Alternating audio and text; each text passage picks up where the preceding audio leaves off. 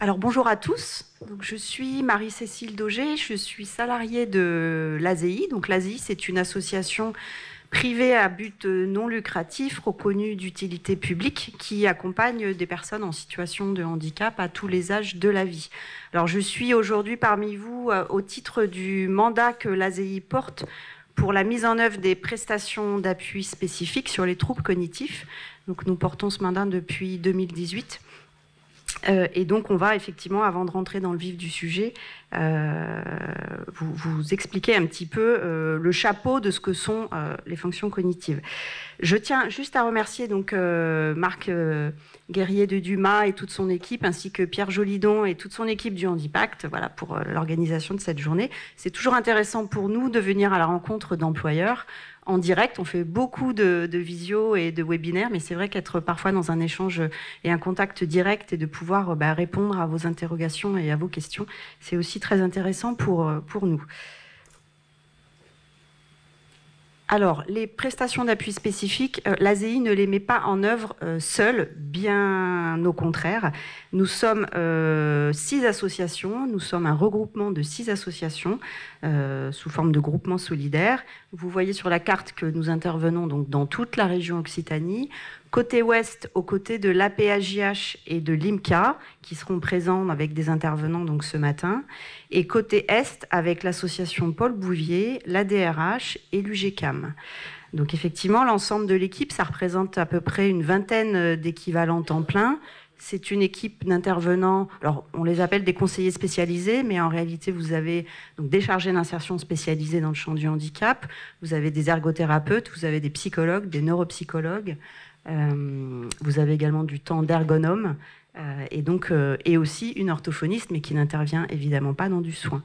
Donc vous avez une équipe pluridisciplinaire qui se déplace dans tous les départements, au plus près donc, des lieux de travail et des personnes.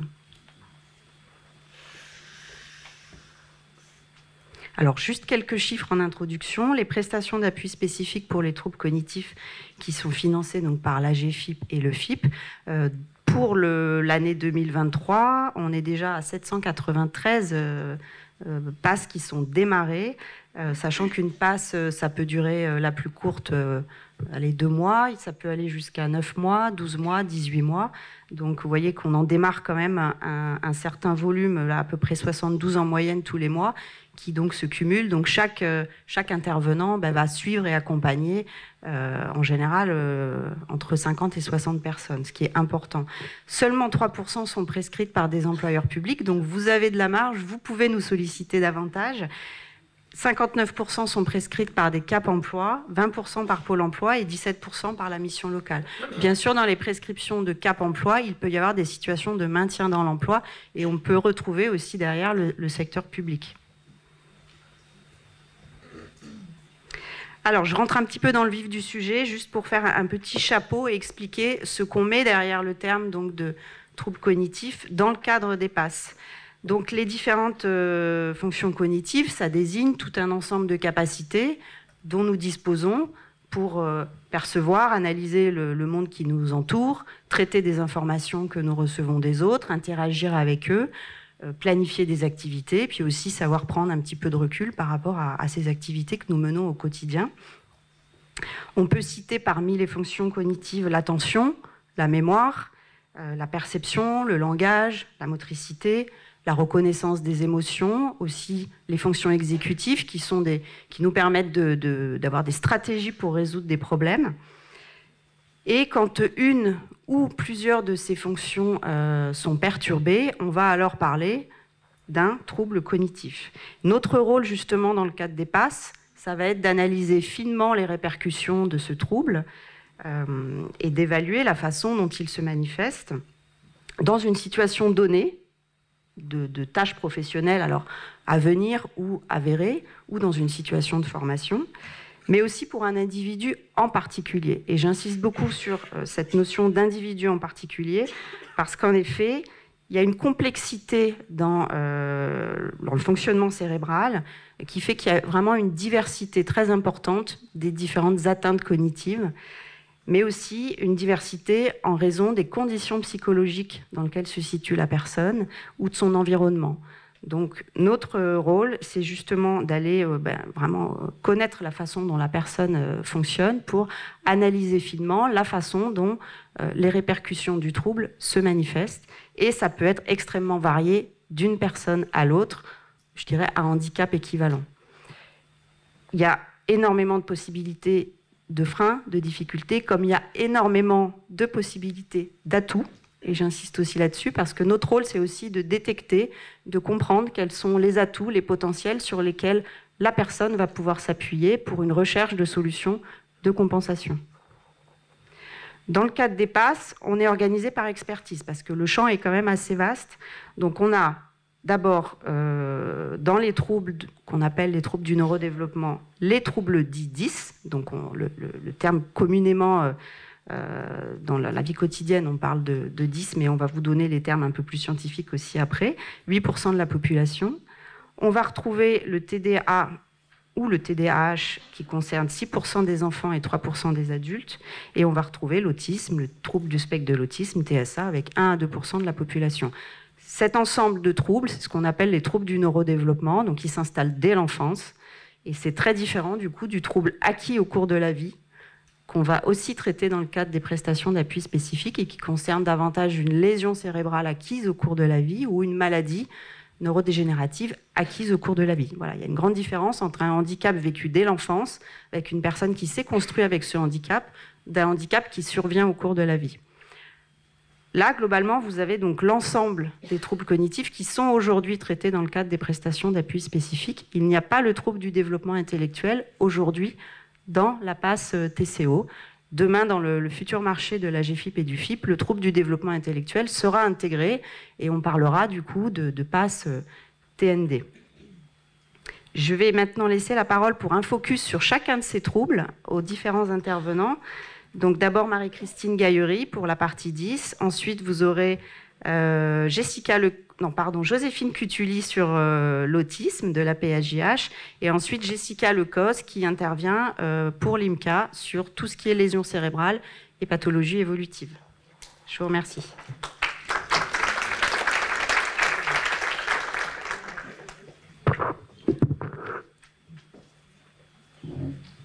Bonjour, on m'entend ? Oui. Alors, donc, je suis Marie-Christine Gaillery, j'interviens dans l'équipe des PASS troubles 10 et on a inclus le TDAH aussi. Voilà, donc pour contextualiser, tout d'abord, c'est la loi du 11 février 2005 qui fait apparaître une définition du handicap intégrant l'altération de fonction cognitive.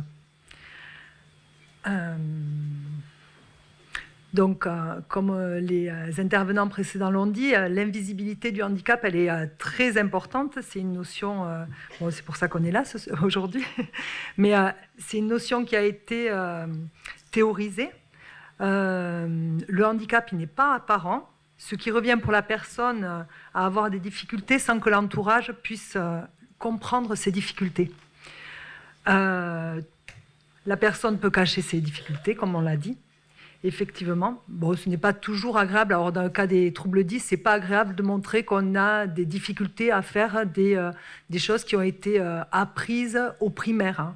Le calcul mental, les choses comme ça. Donc, voilà, c'est jamais très agréable quand on est adulte de parler de ces difficultés. Et le handicap reste quand même un marqueur social qui n'est pas très valorisant actuellement. Bon, il faut qu'on se mobilise contre ça. Et donc, ce n'est pas très encourageant pour les personnes de l'aborder. Donc, il est invisible, donc les autres ne le voient pas et ne le comprennent pas. Donc, il va y avoir une interprétation des difficultés et des jugements. Il est feignant, voilà. Donc, c'est aussi un frein à en parler. Et lorsque la personne se décide d'en parler, donc... l'entourage sera informé, mais là, c'est une autre problématique. Il faut qu'elle soit crue, parce qu'encore des personnes croient que ça n'existe pas. Voilà, ou bon, elle en rajoute un peu, etc. Et si elle l'est, un autre obstacle, ça va être qu'on oublie régulièrement le handicap. Puisqu'il n'est pas visible, on va revenir, on va demander des choses qui, pourtant, elle avait dit que ça, il valait mieux éviter. Et on va continuer à lui demander, à un moment donné, on va l'oublier. Voilà, bon, ces troubles sont spécifiques parce qu'ils affectent une ou plusieurs fonctions cognitives, mais pas l'ensemble du fonctionnement. Ils sont également sévères, en fonction évidemment de leur impact sur la personne. Les conséquences varient d'une personne à l'autre en fonction de son parcours, son environnement, les conditions de scolarité, de vie.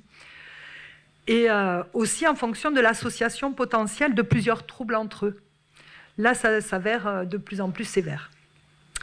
Et ils sont durables, hein. Ce n'est pas des difficultés passagères, loin de là. Ils persistent tout au long de la vie.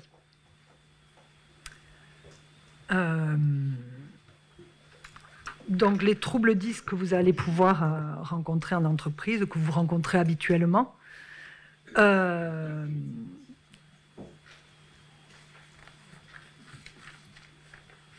donc c'est l'appellation trouble 10, c'est vraiment une spécificité française. La CIM 11 les appelle troubles spécifiques du langage et des apprentissages. Donc, dans les troubles du langage, il y aura la dysphasie, un trouble développemental du langage oral. Dans les troubles des apprentissages, on a la dyslexie, le langage écrit, la dysorthographie. La dysgraphie fait aussi partie des troubles moteurs. Et la dyspraxie, les troubles du développement des coordinations motrices. La dyscalculie, pardon, je l'ai oublié, fait partie des troubles de l'apprentissage, évidemment. Et à côté, les troubles du déficit de l'attention, qui sont en ce moment de plus en plus repérés. Et pour beaucoup d'adultes, on rencontre des personnes qui viennent d'être diagnostiquées. Donc, ils n'ont pas grandi, même si elles ont grandi avec la difficulté, elles n'ont pas mis un nom sur leur difficulté. Alors, les difficultés à repérer, tout d'abord, il est important de noter que le climat de travail doit être rassurant. Voilà, la bienveillance, elle va faciliter l'intégration des personnes qui ont des troubles 10, parce que ça va diminuer le stress, et le stress, les personnes qui stressent perdent beaucoup de capacités. Dans les difficultés, vous pouvez repérer régulièrement des personnes qui ont des difficultés à comprendre. On lui explique quelque chose, mais elle n'arrive pas à le faire. On lui a expliqué plusieurs fois, pourtant, bon, c'est un peu énervant. Des erreurs de copie, de noms, des chiffres, des nombres, les chiffres qui se remplacent, bon. Des oublis, de la maladresse, une grande lenteur, de la fatigue. Des personnes qui sont souvent fatiguées, mais bon, elles ne le disent pas trop, mais on le voit qu'elles sont fatiguées. On peut aussi se trouver face à une personne qui jusque-là travaillait bien et maintenant elle est en difficulté, mais on ne sait pas trop. Bon, finalement, on repère que le matériel a changé ou la procédure a changé, elle n'arrive pas à l'intégrer, à intégrer l'automatisation. Une personne qui va avoir des difficultés aussi à repérer l'organisation d'une entreprise. Les locaux, qui travaille où, dans quel bureau, quel bâtiment occupe quelle fonction, enfin les personnels, et la hiérarchie, le système hiérarchique. Donc elle est vraiment très stressée parce qu'elle ne sait jamais si elle croise un chef ou pas, voilà. Et elle se perd. dans les bureaux, donc on pense que elle s'est encore promenée, quoi, hein, voilà. Alors qu'elle elle a mis beaucoup d'efforts, elle s'est perdue, elle a cherché son chemin, elle a beaucoup stressé, et bon, elle a enfin réussi, mais bon, elle a mis beaucoup plus de temps que les autres. Voilà. Des personnes qui ont des difficultés à organiser l'emploi du temps ou à prioriser les tâches à faire. La personne, elle va traiter les mails au fur et à mesure de leur arrivée, par exemple. Alors que bon, toute l'équipe sait que certains mails sont à traiter en priorité, en urgence, mais elle le fait quand elle arrive à cela. Voilà. Bon, il y a d'autres difficultés. Les listes que je montre ne sont pas exhaustives, bien sûr. Alors, les conséquences pour la personne, pour les personnes, sont plus ou moins graves. D'ailleurs, c'est souvent en lien avec l'importance des troubles mêmes, bien sûr. On rencontre souvent des personnes qui nous parlent de honte, de sentiments d'échec, qui sont complètement dévalorisés. La lenteur, la fatigue est importante. Et d'ailleurs, souvent, les premiers rendez-vous pour nous, c'est une prise de contact afin de rassurer la personne. Voilà, parce que c'est inquiétant de rencontrer, de parler du handicap. Donc, le premier rendez-vous, souvent, est utilisé pour ça. Et puis, il y a un sentiment de ne pas être compris, de ne pas comprendre l'entourage, de la frustration, un manque de confiance en soi, très important. Et là, qui va influer les entretiens d'embauche, par exemple. La personne, elle ne sait pas se vendre, puisqu'elle n'a pas confiance en elle, c'est sûr qu'elle ne va pas se mettre en avant. Et les conséquences vont aussi être parfois un isolement social. La personne, elle va préférer rester chez elle qu'aller à une invitation d'amis qu'elle ne connaît pas. Elle va pas forcément rire aux blagues, comprendre les sous-entendus, comprendre les jeux de mots aussi. Alors là, c'est compliqué. Alors soit elle fait comme tout le monde, elle rigole au même moment que tout le monde, soit elle se sent un peu de toute façon exclue de la discussion. Cela peut évidemment évoluer vers des troubles anxieux et un risque plus fort d'aller vers des addictions, de la dépression et des troubles psychologiques qui peuvent émerger si la personne ne trouve pas de soutien. Alors, je vais vous présenter l'exemple d'une PASS. Alors, Madame F est dyspraxique. Elle a été diagnostiquée quand elle était jeune. Et suite à un burn-out dans son emploi précédent, elle a eu un diagnostic de trouble du déficit de l'attention avec hyperactivité. Elle bénéficie d'une RQTH et elle est recrutée à temps partiel dans la mairie de son village pour renforcer l'équipe administrative. C'est le moment de Noël, voilà, il y a la fête des aînés. Et puis elle est très connue dans le village, ça pose pas de problème. C'est mon pied, pardon, dans les fils. Donc, elle a un entretien avec la médecine de prévention qui fait intervenir une conseillère Cap Emploi. Il y en a dans la salle. Et qui vont décider de mobiliser une PASS trouble cognitif. Alors, on fait un entretien avec la prescriptrice et le médecin pour faire un état des lieux de ce qui est repéré aussi, et un entretien, bien sûr, avec des entretiens avec la personne, des entretiens individuels, où là, il va s'agir de repérer les difficultés qu'elle détermine et évaluer les retentissements de l'ensemble des troubles. Puisque le TDAH, là, il est un peu nouveau pour elle, et donc elle va être accompagnée dans la gestion, la compréhension de ces difficultés aussi. Il va y avoir une étude de poste, avec l'analyse de la fiche de poste et les conditions de travail, le lieu, le bureau, enfin on va sur place, et en accord avec madame, on va faire une sensibilisation de l'ensemble de l'équipe. Qui s'est très bien passé, évidemment. Elles étaient toutes super intéressées et partie prenante de cette intégration. Et madame aussi. Et donc, on a pu déterminer, par exemple, une adaptation de l'emploi du temps. Ils n'en avaient pas forcément conscience, mais l'emploi du temps, ils lui avaient proposé un emploi du temps sur 3 jours. Elle faisait 20 heures, 3 jours. Et elle, on a pu le changer pour faire sur 5 jours, le répartir sur 5 jours. Elle faisait moins d'heures le matin, moins d'heures l'après-midi, mais elle pouvait rentrer chez elle et faire une petite sieste pour reprendre après. Voilà, parce que c'est vrai que les troubles du déficit de l'attention, ça mobilise énormément d'énergie et la batterie, quand elle est à plat, elle est à plat. Donc, il y a pas mal de personnes cherchent un petit moment pour faire une sieste et pouvoir se remobiliser ensuite.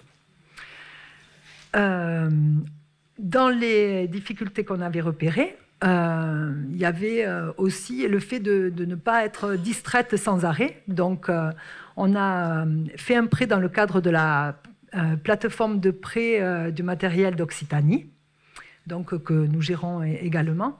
Et on a fait un prêt d'un casque avec réducteur de bruit ambiant et casque micro. Du coup, quand elle tenait le standard, elle pouvait utiliser ce casque. Et ça lui permettait de ne pas entendre, de ne pas être perturbée par ce qui se passait autour d'elle. Et le coussin d'aide à la concentration, c'était plus particulièrement quand elle travaillait dans la salle des élus, où là, il n'y avait que des chaises fixes. Et elle ne pouvait pas promener le fauteuil. Donc, ça lui allait bien, ce coussin. Et voilà, elle pouvait changer. Et ça lui permettait d'avoir un mouvement et de pouvoir rester concentrée à la tâche qu'elle était en train de mener. Bon, il y a eu des réalisations aussi de fiches avec les étapes pour mener à bien une action. Enfin, voilà. Le matériel ayant été validé, la conseillère Cap Emploi a mobilisé le FIP pour un dossier de financement de ce matériel. Voilà, donc je passe la parole à Joséphine Cutuli. Bonjour à tous et à toutes, je suis Joséphine Cutuli, je suis prestataire sur les prestations d'appui spécifiques sur la Haute-Garonne, sur les troubles du spectre de l'autisme. Donc je vais vous présenter ce trouble aujourd'hui. Donc juste pour info, je ne redirai pas le sigle en entier tout le temps, je parlerai de TSA, parce que c'est un peu long du coup. Donc les TSA, ce sont des troubles neurobiologiques qui agissent sur le développement des enfants ou des adultes. Le TSA représente un ensemble de symptômes qui vont apparaître généralement avant l'âge de 3 ans, repérés plus ou moins rapidement dans l'enfance. Ces symptômes, ils varient d'une personne à l'autre, ils peuvent être plus ou moins présents et même évoluer au fil du temps. Chaque personne porteuse de TSA est donc différente. Les TSA vont avoir des conséquences sur la communication. Donc, par exemple, en emploi, si vous avez des collègues en situation de handicap qui ont un TSA, vous pourrez remarquer que la personne peut avoir des difficultés à engager, à maintenir une conversation ou clôturer une conversation. Elle peut avoir tendance parfois, si on parle d'un sujet qui l'intéresse, à monopoliser la parole et ne plus s'arrêter de parler. Cela peut être difficile pour elle de regarder la personne qui lui parle. Elle peut avoir le regard fuyant ou au contraire un peu insistant, un peu gênant. Elle peut avoir aussi des difficultés pour comprendre l'ironie, l'humour et les sous-entendus.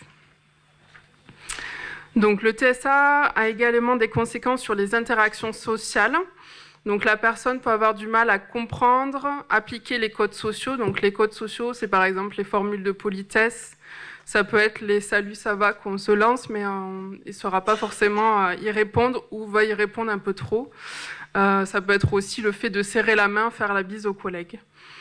Pendant les pauses, la personne elle peut avoir aussi besoin de s'isoler et pas forcément aller à la pause café avec tout le monde parce qu'il y a du bruit, parce qu'elle a besoin de calme et de recharger ses batteries. Les TSA ils vont aussi avoir des conséquences sur la sensibilité, donc sur les 5 sens. Ils ne sont pas forcément tous touchés, mais chez certaines personnes, il y a les 5 sens de toucher. Donc par exemple, pour Louis, la personne peut avoir problème à entendre des bruits aigus, des cris d'enfants par exemple, des sirènes, le brouhaha par exemple dans un centre commercial bondé, des bruits répétitifs, un stylo avec lequel on joue par exemple. Au niveau du toucher, il y a certaines personnes qui ne supportent pas être touchées ou qui sont sensibles à certaines textures. Par exemple, sur certains métiers, on va devoir porter des vêtements dans des matières pas très agréables. La personne peut être gênée, par exemple. Sur l'odorat, ça peut être une sensibilité sur les odeurs fortes, comme la cigarette, les odeurs corporelles, les produits chimiques. La vue, ça va être plutôt la luminosité, donc les néons, les lumières artificielles. Et au niveau du goût, ça peut être des goûts un peu différents, des épices, du fromage, des choses comme ça.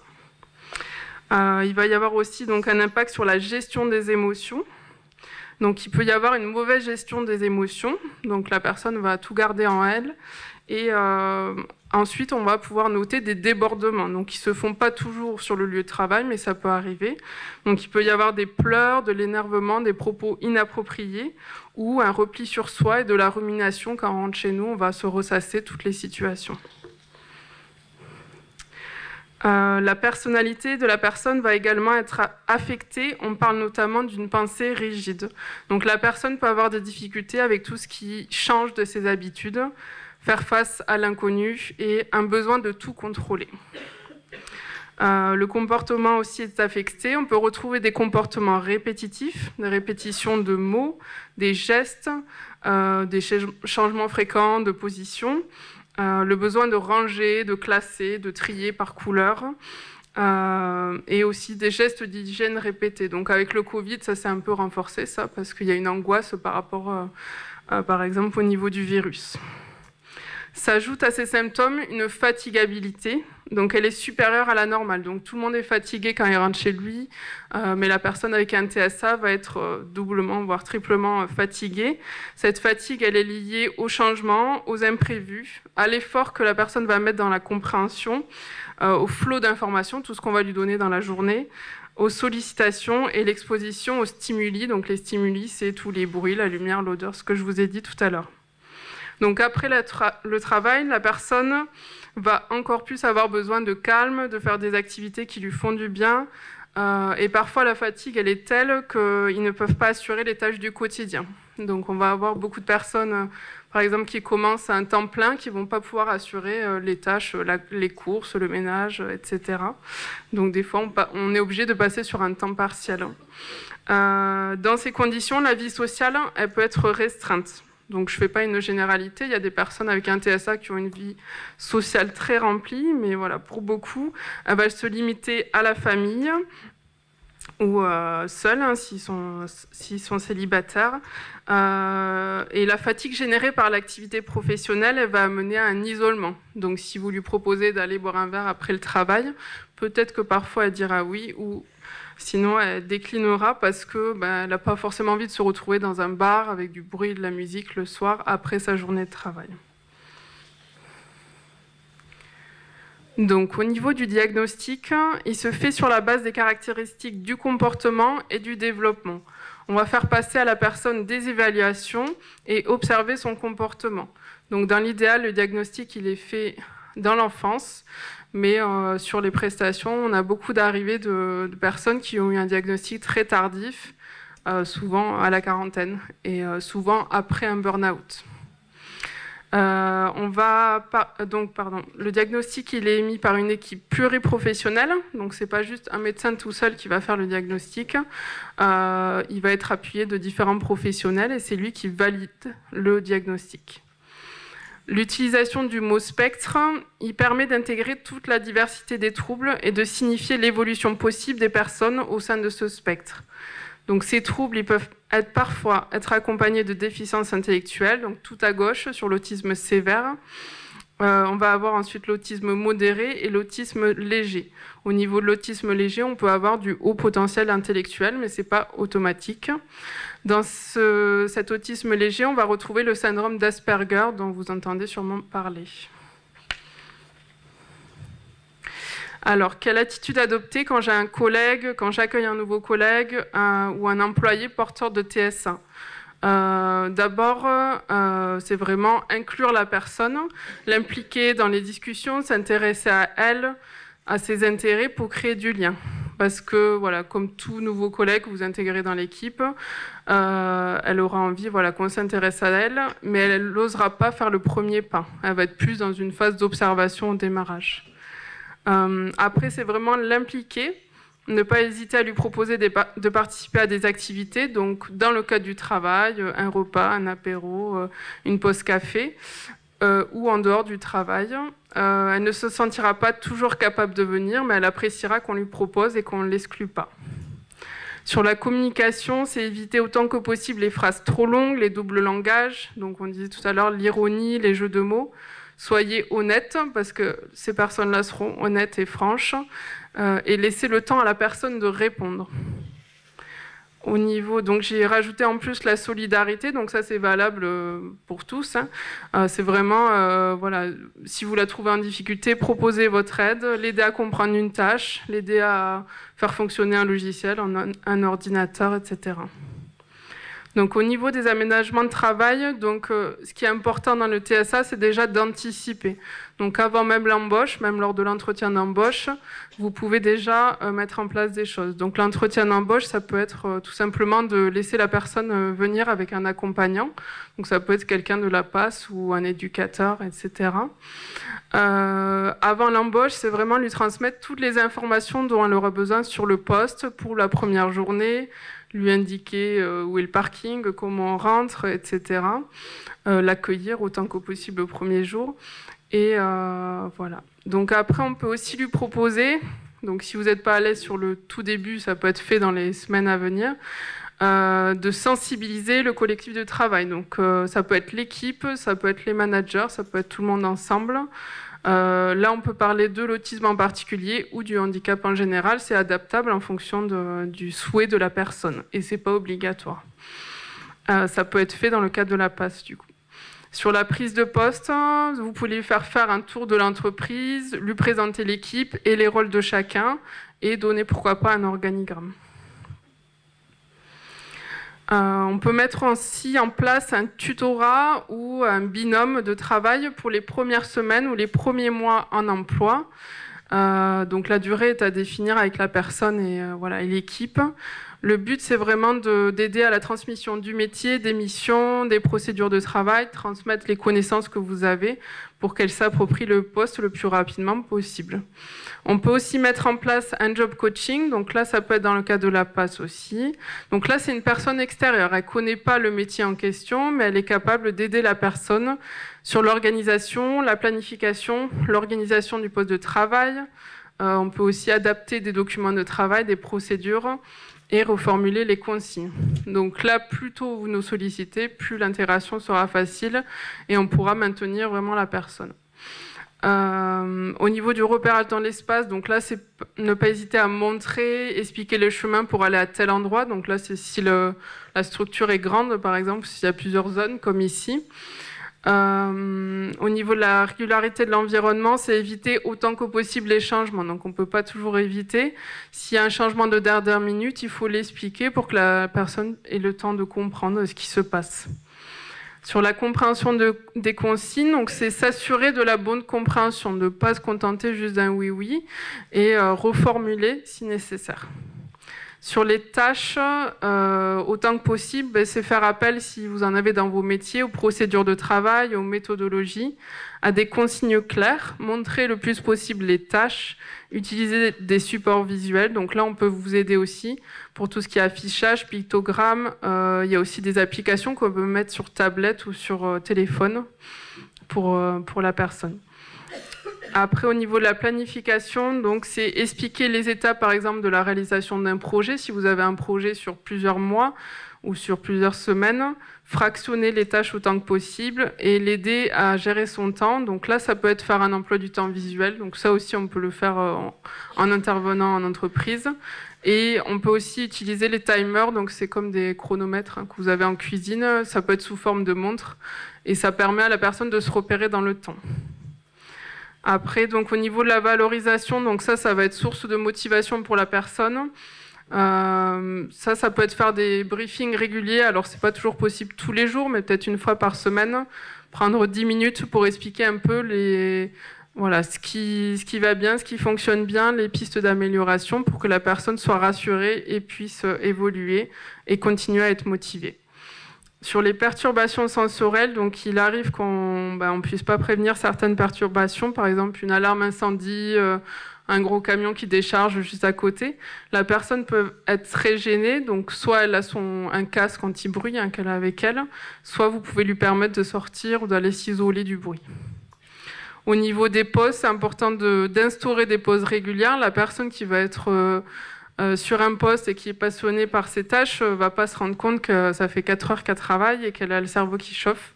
Donc on a tous besoin de prendre des pauses. Donc là, c'est important de lui imposer même des pauses et de l'inciter à les prendre. On peut aussi proposer un lieu ou une salle pour décompresser. Dans une entreprise où je suis intervenue, on avait pris l'infirmerie comme lieu de repos où la personne pouvait aller entre midi et 2.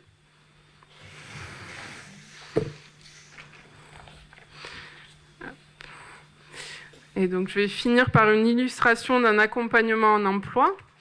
Donc là, c'est Robin qui a 22 ans. Il a été embauché en novembre 2023 en tant qu'agent polyvalent de restauration au sein d'une école à Toulouse. La directrice de l'école a sollicité le conseiller Pôle emploi de Robin pour être appuyée dans son intégration. Et celle-ci donc a pensé à nous et a fait une prescription pour une passe TCO-TSA. Au niveau du déroulé de l'intervention, donc la première chose qu'on va faire, c'est contacter le prescripteur. Donc là, le prescripteur, c'est pas l'employeur directement, même si il a fait la démarche, c'est le conseiller Pôle emploi. Donc avec lui, on va voir un peu s'il y a des préconisations à prendre pour la prise de contact. Par exemple, la personne n'aime pas qu'on appelle au téléphone, elle a besoin d'un mail en premier, donc c'est des choses à savoir. Sinon, on va galérer pendant plusieurs semaines pour la contacter. Ça arrive souvent. Elle va aussi nous préconiser des choses par rapport à l'employeur, les modes de contact, à quel moment il serait plus dispo. Est-ce que c'est urgent aussi, c'est noté souvent sur les prescriptions. Après, on va proposer de rencontrer l'employeur et la personne. Donc souvent, ça se fait sur le lieu de travail, à part si la personne ne le souhaite pas. Et ça se fait en individuel. Moi, j'aime bien faire 2 entretiens individuels et après, on se retrouve à 3 pour discuter. Après, il peut y avoir une étude de poste qui se fait sur une demi-journée ou sur plusieurs demi-journées pour vraiment étudier le poste de travail en situation. Après, on va présenter donc des pistes de compensation. Donc là, ça se fait en présence de toutes les parties concernées. Donc c'est l'employeur, la personne, ça peut être le médecin du travail dans le cadre du maintien en emploi, ça peut être le tuteur s'il y en a un, etc. Donc ça, c'est important de le faire vraiment en présence de la personne parce qu'elle est actrice de son projet, on parle d'elle. Au niveau de la mise en place des compensations, nous, on va venir en soutien parce que vous n'êtes pas expert des handicaps. Comme je disais, on peut vraiment vous aider à adapter des outils de travail. Donc, on va faire un suivi régulier auprès de la personne, de l'employeur et souvent du tuteur s'il y en a un. On va aider à l'adaptation d'outils de travail et on aide au démarrage du contrat si on est sollicité à temps. Là, on aide, donc, je vous disais, sur tout ça. Alors, au niveau de l'étude de poste, donc, lors de l'observation du poste de travail, j'ai pu noter des points de vigilance, dont des difficultés de mémorisation des procédures. Il a besoin d'encouragements verbaux, il a besoin de repères pour gérer son temps. Il est dépendant des consignes, il ne sait pas demander de l'aide et a peu d'autonomie. Au niveau des points d'appui, il peut gagner en autonomie à l'aide de procédures affichées visuelles, parce qu'il y en avait déjà dans l'entreprise et ça marche bien, et de consignes claires. Il a un intérêt et une motivation pour les missions confiées, il a envie de bien faire et le sens du détail, et il est très bon dans le dressage d'entrée et de dessert. Il aime travailler en équipe. Donc, au niveau des moyens de compensation, donc, j'ai préconisé au niveau des procédures et protocoles l'affichage de fiches dans les lieux concernés, donc dans le vestiaire, dans la cuisine, dans les chambres froides. On a favorisé les images et les pictogrammes parce que c'était plus facile dans la compréhension. Au niveau des consignes, j'ai proposé soit d'utiliser un tableau blanc comme ils ont dans les cuisines ou un cahier où le tuteur va écrire les consignes pour la journée en numérotant par priorité. Au niveau de la gestion du temps, il va falloir fractionner les tâches et utiliser un timer, donc c'est pas trop gênant parce qu'il y a des minuteurs dans les cantines. Au niveau de la demande d'aide, là c'est vraiment lui proposer son aide quand on le voit un peu dans la lune ou qui bloque sur une tâche et le questionner sur la tâche. Au niveau de la valorisation, donc j'ai proposé soit un point de 5 minutes en fin de journée, si c'est pas possible, au moins une fois par semaine, un point un peu plus long pour expliquer l'évolution, ce qui reste à travailler et à améliorer. Au niveau de la motivation, c'est le mettre régulièrement sur des tâches qu'il maîtrise plus, donc où il va être valorisé. Donc là, c'était le dressage d'entrée et des desserts pour vraiment maintenir sa motivation. Le travail en équipe, donc c'est lui proposer de transmettre par exemple sa technique s'il y a d'autres collègues qui maîtrisent moins le dressage pour qu'ils puissent transmettre et communiquer, interagir avec ses collègues. C'est aussi l'aider à communiquer avec ses collègues. Donc ça peut être fait par le manager ou le chef d'équipe ou par la PAS. Et mettre en place une sensibilisation au handicap pour faciliter l'intégration. Donc pour finir, je vous avais mis un exemple de fiche qu'on peut afficher. Donc là, c'était dans le vestiaire. Donc quand il arrive, donc il a juste à repérer voilà, les images. Je mets ma Charlotte, mon pantalon, mon tablier, ma veste, mes chaussures. Et après, j'oublie pas d'enlever mes bijoux et je me nettoie les mains. Ça paraît simple, mais ça peut vraiment aider à l'autonomie. Voilà. Merci à tous.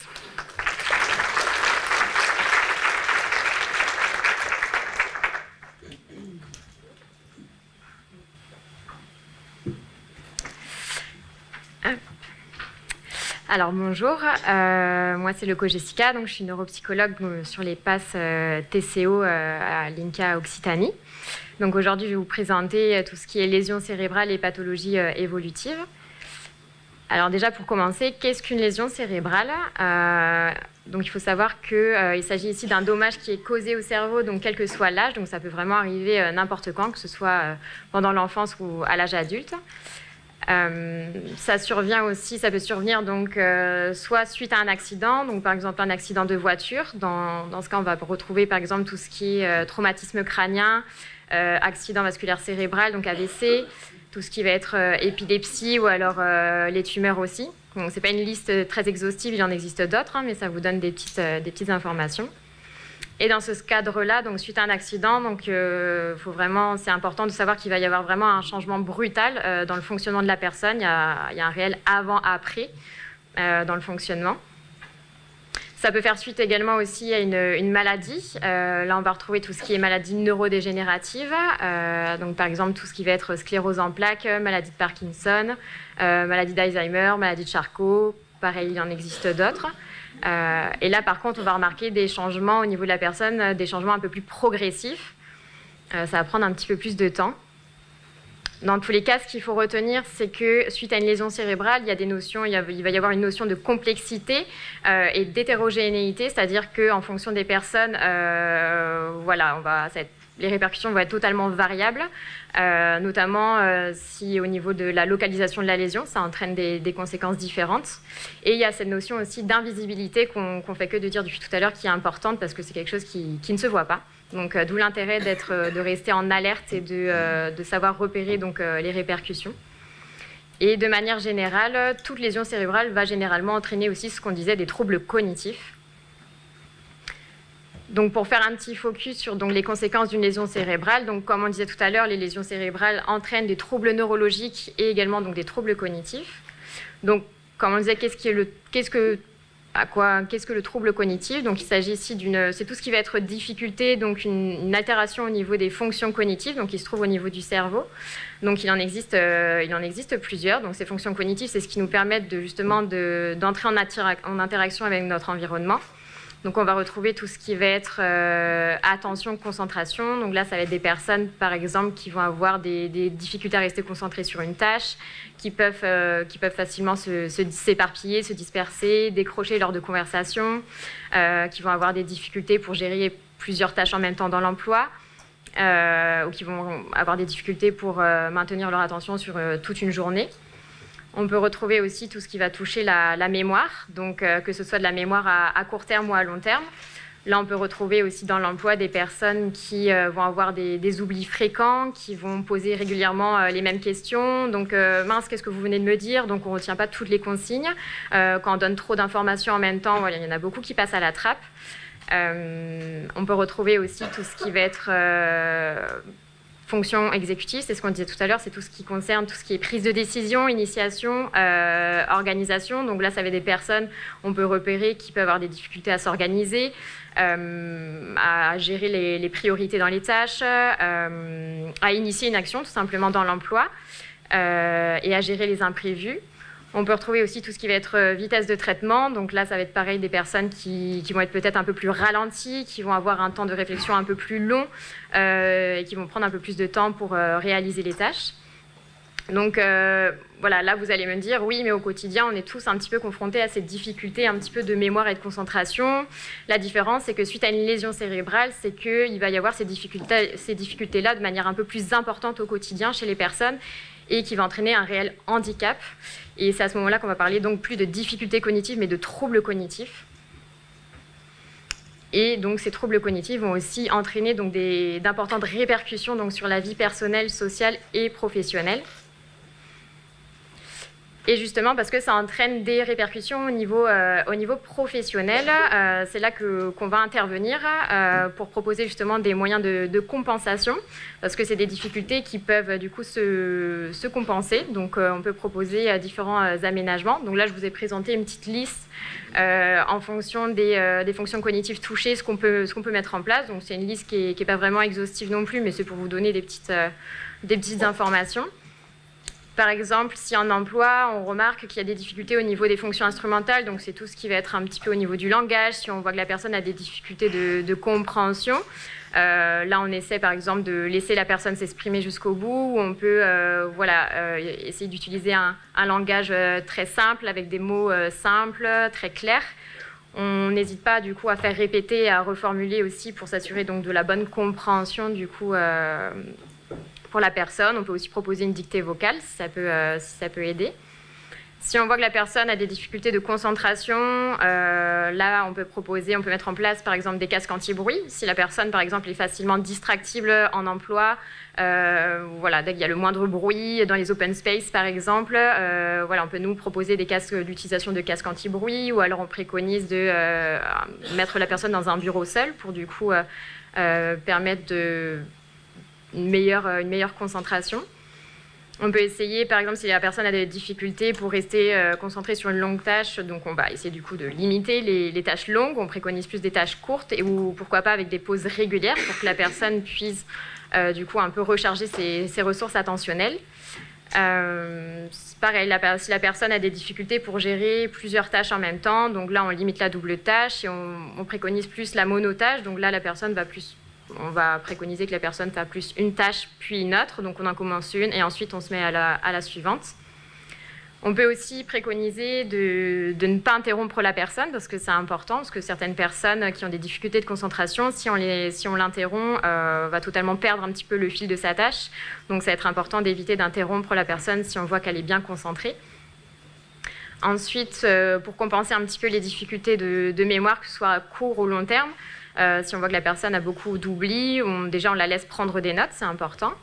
On va essayer aussi de privilégier tout ce qui va être visuel, donc en proposant un support écrit en continu pour rendre la personne la plus autonome possible. Donc ça peut passer via les consignes sur feuille, via les mails, très importants, ou alors on peut aussi préconiser le dictaphone pour que la personne, par exemple, s'il y a un oubli, puisse retrouver l'information en autonomie facilement. Il existe des personnes aussi qui peuvent avoir la mémoire peut fonctionner, mais il faut un peu plus de temps, un peu plus de répétition pour que les infos se consolident et se stockent en mémoire à long terme. Donc là, on laisse un peu plus de temps dans l'apprentissage de nouvelles informations. Si on voit aussi qu'il y a des difficultés au niveau donc, des fonctions exécutives, donc là, c'est ce qu'on disait tout à l'heure, c'est tout ce qui va être toucher le raisonnement, la planification, la gestion des imprévus.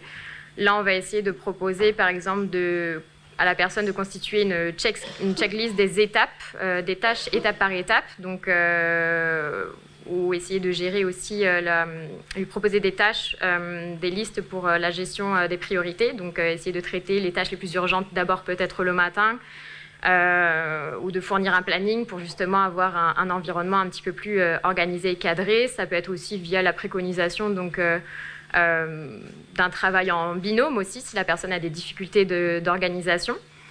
Si la personne aussi a des difficultés au niveau de l'automatisation des tâches, on peut essayer de routiniser les activités, donc c'est-à-dire de proposer à la personne peut-être davantage de tâches, les tâches qui sont déjà automatisées pour la personne, donc ça évite de la mettre en difficulté avec de nouvelles tâches. On peut aussi, au maximum, s'il y a des difficultés dans la gestion des imprévus, parce que ça peut être voilà, source de stress pour certaines personnes. Là, on essaie d'anticiper au maximum donc les tâches et les demandes pour du coup faire abaisser un petit peu la pression temporelle.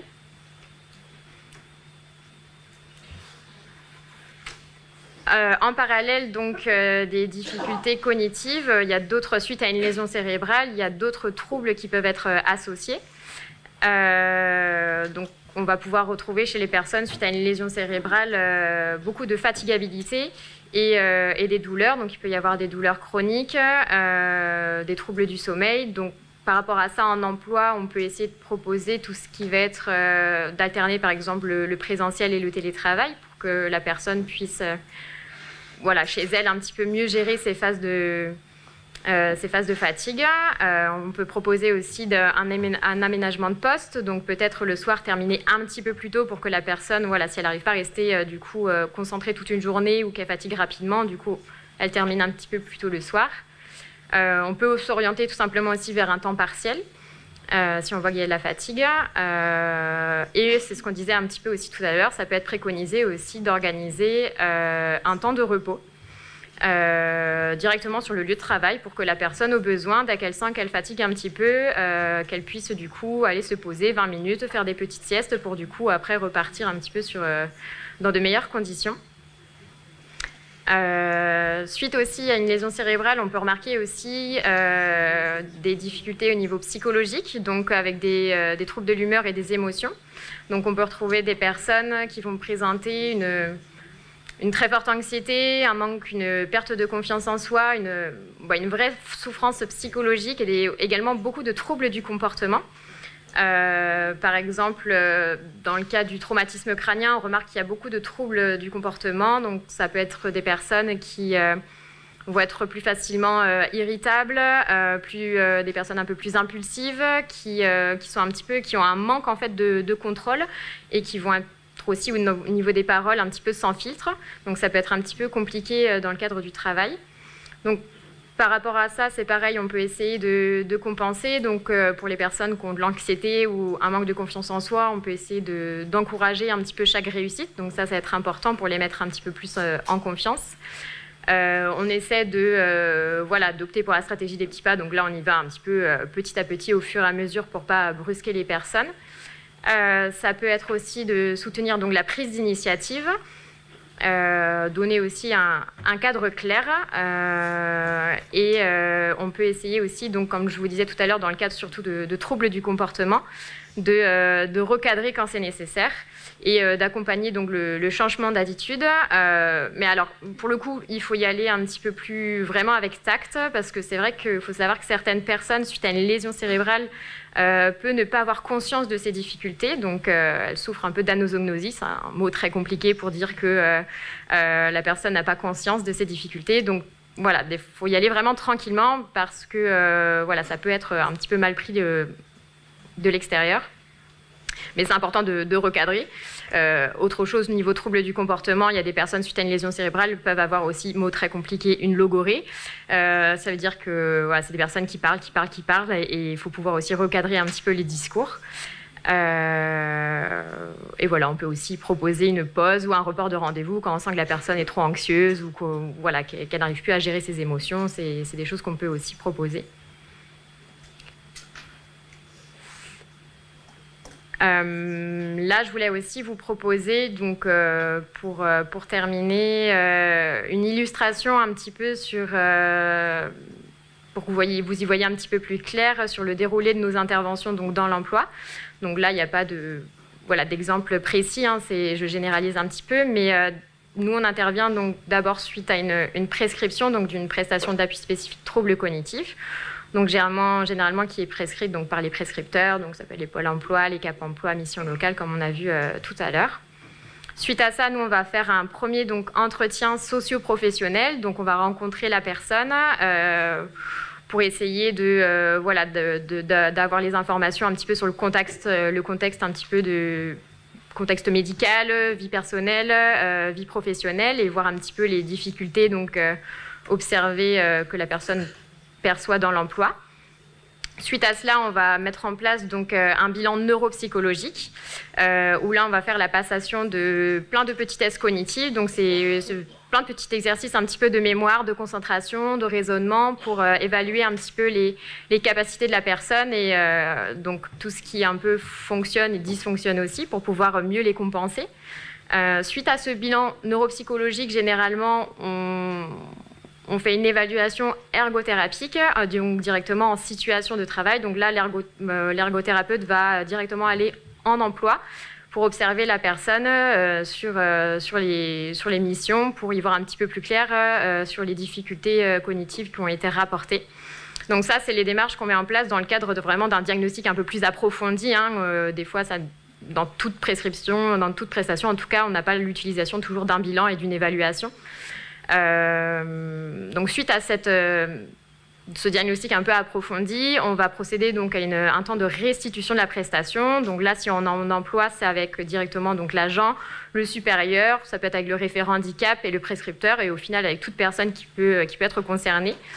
Où là, on va prendre un petit temps pour présenter donc, les ressources cognitives de la personne, donc au regard de ses missions, parce que voilà, on met toujours en parallèle avec la fiche de poste aussi de la personne. On va mettre aussi en évidence donc, les fragilités cognitives qui ont été aussi observées au cours du bilan neuropsychologique et de l'évaluation ergothérapique. Et de là, on va pouvoir proposer justement les différentes pistes de compensation qu'on peut mettre en place. Suite à ça, on peut aussi proposer dans nos prestations un suivi d'ergothérapie, justement en emploi, pour pouvoir accompagner donc, la prise en main des compensations directement pour l'employeur, pour que ce soit un petit peu plus simple. Et on peut également proposer une sensibilisation au collectif de travail. Donc là, ça va être vraiment très important. Généralement, quand c'est en emploi, on le propose un petit peu de manière un peu systématique, parce que comme on évoquait tout à l'heure, il s'agit d'un handicap qui est invisible et qui est encore peu méconnu. Donc, des fois, ce n'est pas les personnes qui ont n'ont pas une bonne volonté, c'est juste qu'ils ne comprennent pas, ça ne se voit pas, donc c'est normal. Et du coup, nous, on peut intervenir directement en entreprise pour sensibiliser, pour expliquer un petit peu de manière un peu plus précise le fonctionnement donc, de la personne et ainsi permettre une meilleure compréhension, mais aussi dans le but de permettre une meilleure intégration de la personne au sein de l'équipe. Donc voilà, j'ai parlé très vite, mais pour la partie lésion cérébrale.